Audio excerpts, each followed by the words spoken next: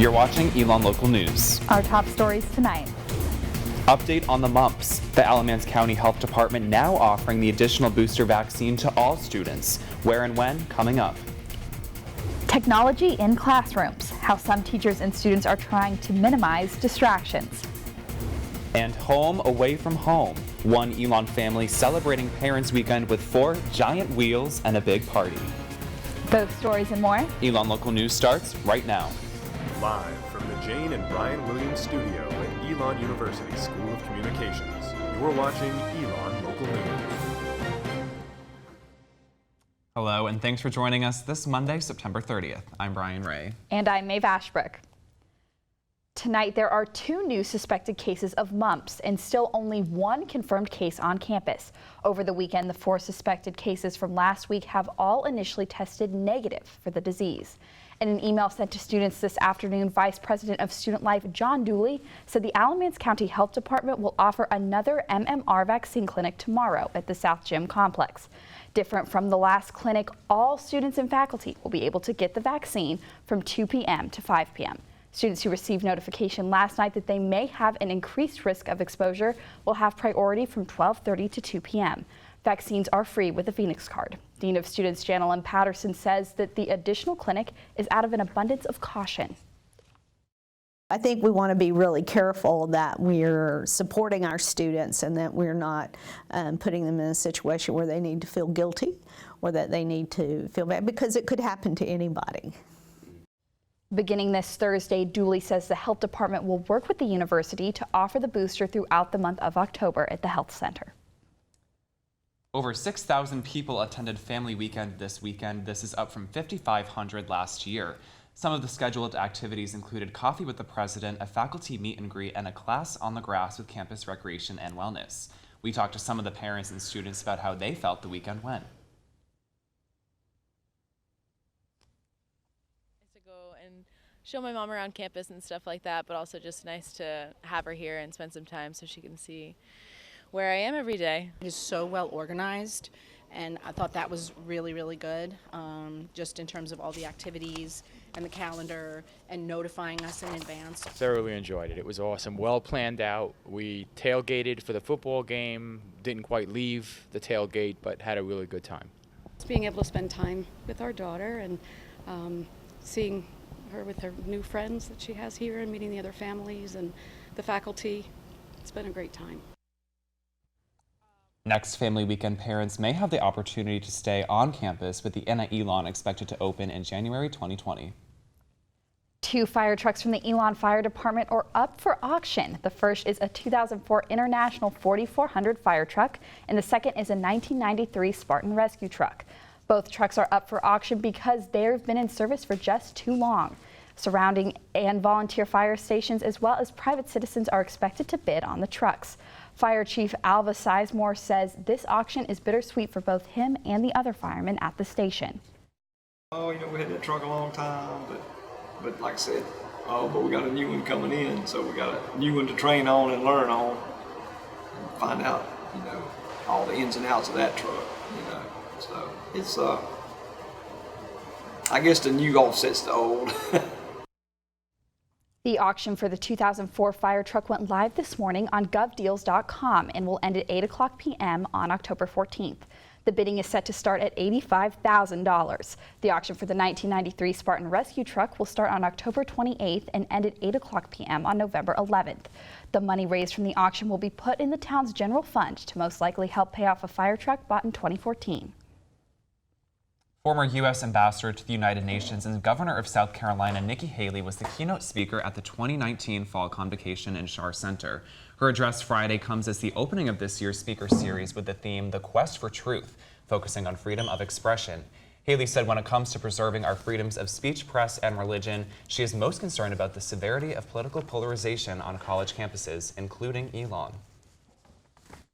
With freedom of expression, especially on college campuses, instead of yelling at each other for being wrong, ask them why they think the way they are and have that conversation. You will become a smarter, more intelligent person when you understand both sides of an argument and when you respect it.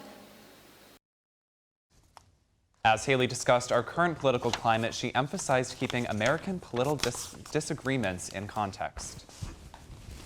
There is a growing tendency in our politics to see people who don't think like we do as not just wrong, but evil.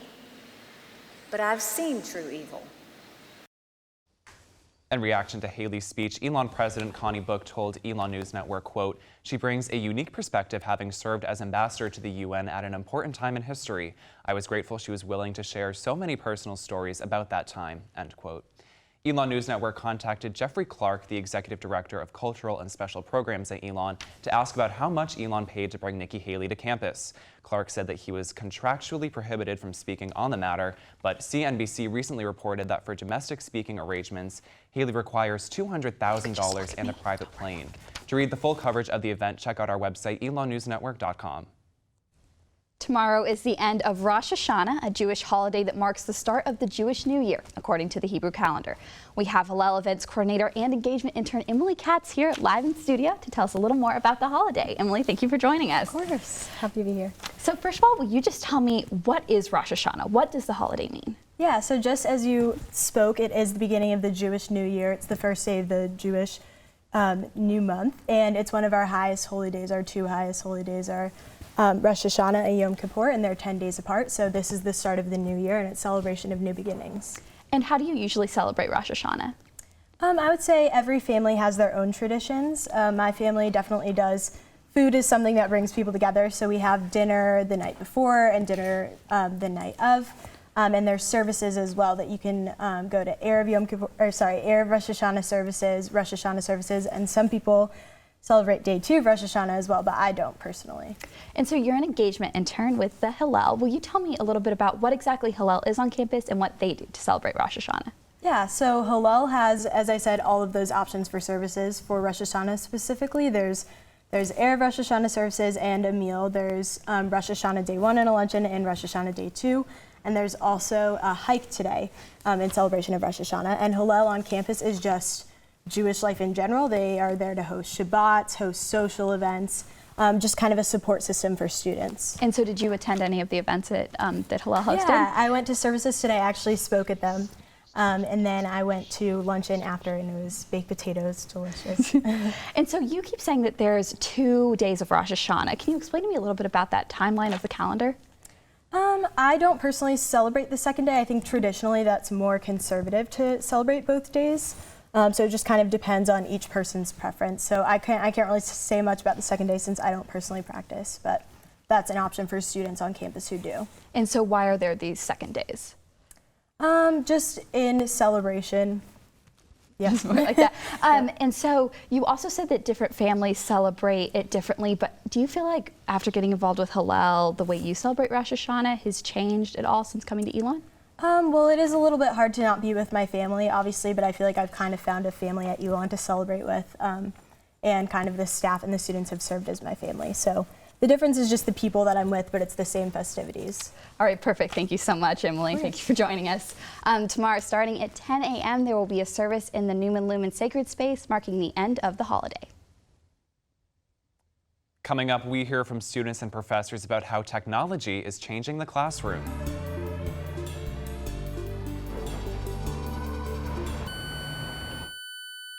Break, I'll let you know if fall weather is on its way.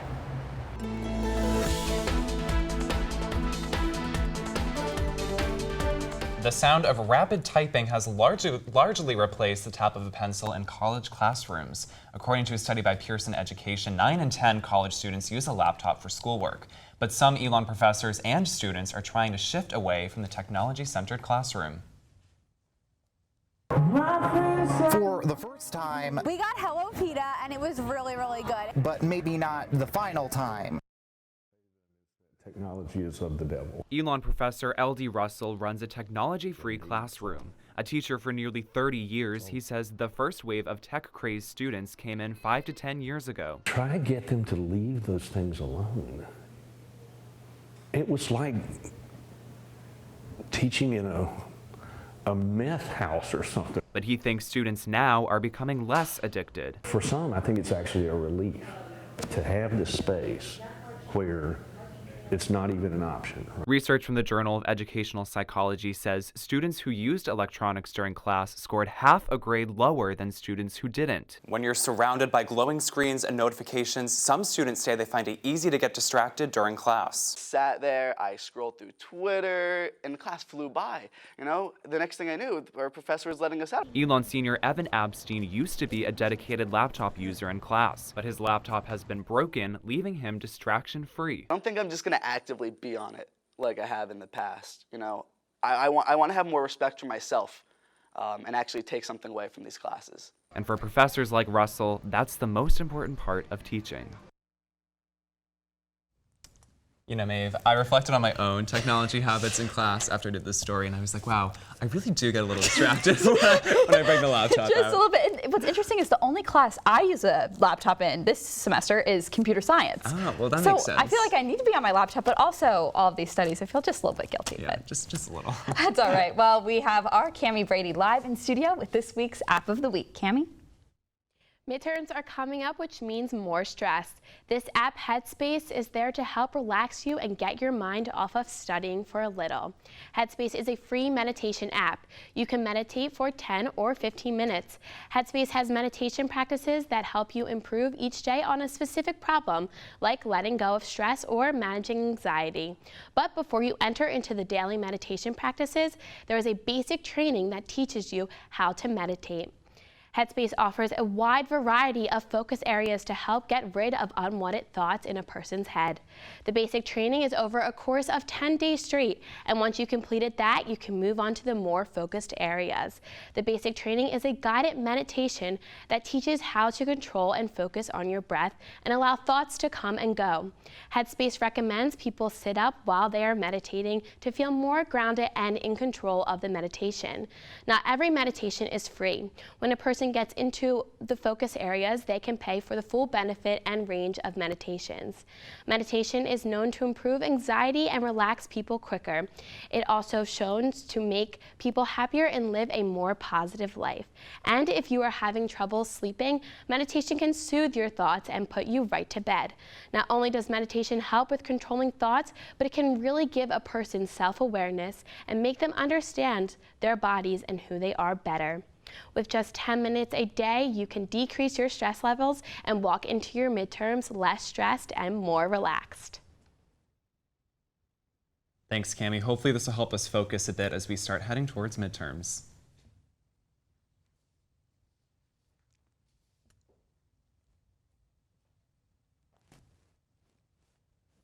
Well, Maeve, this weather, too hot, way too hot. No, and this morning I woke up and it was so dark and gloomy. I thought it was raining. Oh, yeah. It was extremely humid. It was very, very hot, but we have Ashley Moran live on Citroen Plaza with more. Ashley, what can you tell us? We apologize for technical difficulties. Hundreds of students and families and community members helped burst the Elon bubble this weekend.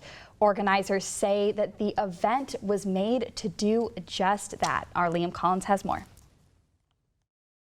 For the first time, We got Hello Pita, and it was really, really good. but maybe not the final time. And we had restaurant reservations and ditched those and came here instead. It's kind of a fun surprise. Phoenix 4th Friday filled downtown Burlington. I think that's just fantastic, fantastic. The Frenzy is the first held in the fall. It brought food, fun, and most importantly to Community Partnerships Director Tammy Cobb, family. This opportunity fell exactly as it should, in the right year, at the right time, at a time when our university is talking about deeper engagement with the community. Truly the right time, and not just for Elon, with hundreds of families coming to town for the weekend.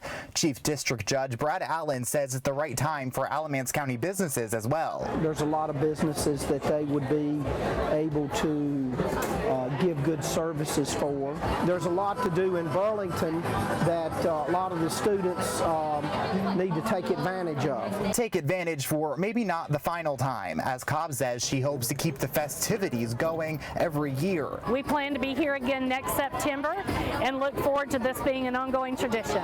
Liam Collins, Elon Local News.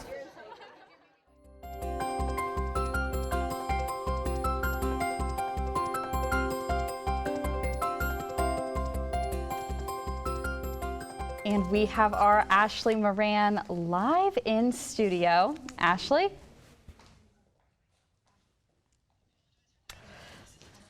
We apologize for technical difficulties. Sorry about that.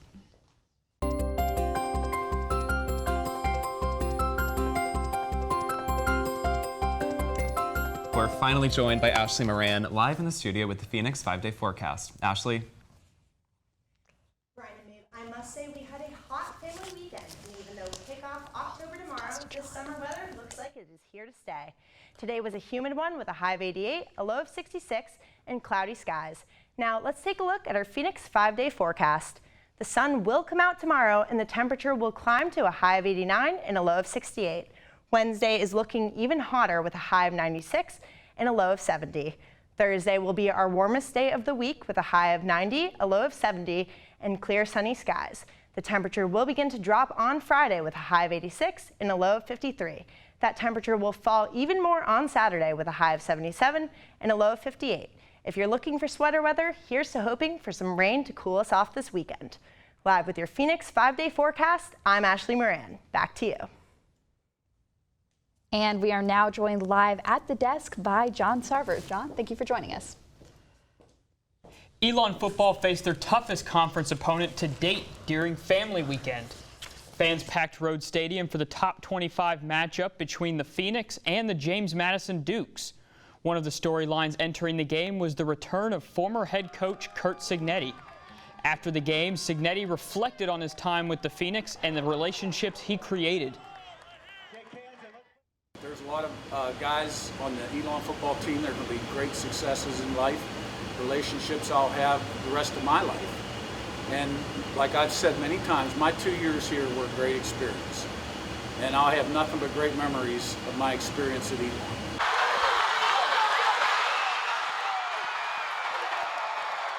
Yard touchdown pass. That would be the only time that Elon found the end zone, and the defense could not contain the JMU offense in the 45-10 loss. Head coach Tony Trisciani said a lack of focus may have been to blame. Our emotions were high. We weren't as focused and executing like we need to stop the run and stop their style of football. They're a good football team. I don't think they're a 35-point better than us football team. Elon volleyball also started conference play over the weekend. The Phoenix won their first matchup against Hofstra 3-1 and their second match against Northeastern 3-2. The team got a boost from sophomore outside hitter Leah Daniel, who was named CAA Offensive Player of the Week. Daniel had 35 kills and 5 blocks in between the two matches. In response to the honor, Daniel said she feels amazing and she couldn't have done it without her team. If you were at the football game this weekend, you might have noticed one of the hidden gems of Phoenix sports, the Elon dance team. The dance team welcomed a new head coach this year, and for most, it's a very familiar face. Our Caitlin Rundle has more. Ellie Dirks graduated in 2019 after being a member of the Elon dance team since her freshman year and a captain since her sophomore year. Now, Dirks finds herself in a new leadership position as head coach. I always wanted to coach dance. Dirks started dancing when she was just 3 years old and has been in love with it ever since. It actually was weird because my mom put me into a dance class because my neighbor was getting put into a dance class. And it ended up, I ended up being the one that actually stuck with it. As a head coach, Dirk's job goes beyond choreographing the team's routines. It's a lot of administrative things that, I wasn't a part of last year. Making sure music is given to the announcers and scripts are given to the announcers, planning out the game when we're going to go during the halftime or the quarter break. But choreography does make up a lot of her job. A lot of times I'm dancing in my living room, figuring out some new choreography for them to do on the field and look really great doing it. Dirk says the biggest adjustment she had to make as coach was her members calling her coach instead of Ellie. I was a captain since my sophomore year, so I've always tried to take on that leadership role on the team, and talking to them, a lot of them had said, I think a big thing is that we've already seen you as a leader. Her former teammates didn't think it was much of an adjustment at all. Since I've been here, she's always been in kind of a leadership role, a position of authority. So she's somebody I've always respected and listened to. She's been on both sides, so she knows with past coaches sort of what hasn't been effective and what has, and she's definitely applying those, and I think that it's going really well. Last year, the dance team placed 6th in the nation at the National Dance Alliance College Nationals, but Dirks doesn't want to stop there. That was only our second year at Nationals, which was huge to even make finals, and to get 6th in the nation was incredible, but I really want to make top 5 this year. Caitlin Rendell, ELN Local News. You can catch Dirks and the rest of the dance team at all home football games and all the men's and women's basketball games this year. You're watching ELN Local News. While hotels might be emptying out and campus might be settling down with parents leaving, one tailgate looked different than most this weekend. Take a look at the Ross family. A friendly welcome here on campus. I'm Jeans. The Ross family parked their motorhome right behind Schar Center and settled in for the weekend. It's just fun and easy. The Rosses grew up tailgating in Mississippi and didn't want the tradition to stop. So we get to know each other and visit, because usually we just get to hear about everybody. So we have faces and all together, and it's a big fun thing. Despite their own love for RVs, it hasn't quite picked up on campus. But their daughter, ELN Jr. Jean Ross, says she doesn't mind the attention. It's kind of nice as people keep coming by and saying, oh, this is really fancy, you guys put on all the stops. And I'm like, well, it's kind of already here. The best part of the motorhome? There's a full bedroom and a shower. Avoiding the prices of hotels during Parents Weekend. It's like having a rolling condo. We just take it wherever. Besides all the attention and the cut-on prices, the Ross family says they do it for the ELN family. And so it's fun to bring all of her friends together and meet their parents and really get to know other people and really feel better about ELN. It makes us more of an ELN fan, so to speak. But for now, it's packing up and driving back home to Mississippi until next Parents Weekend. Amanda Gibson, ELN Local News. Well, that's all the news we have for you today. Thanks for joining us. For all the news you need to know when we are not on the air, check out our website, elonnewsnetwork.com, and follow us on social media at ELN News Network. On air, online, and in the stands, we are ELN News Network. Have a great night, ELN.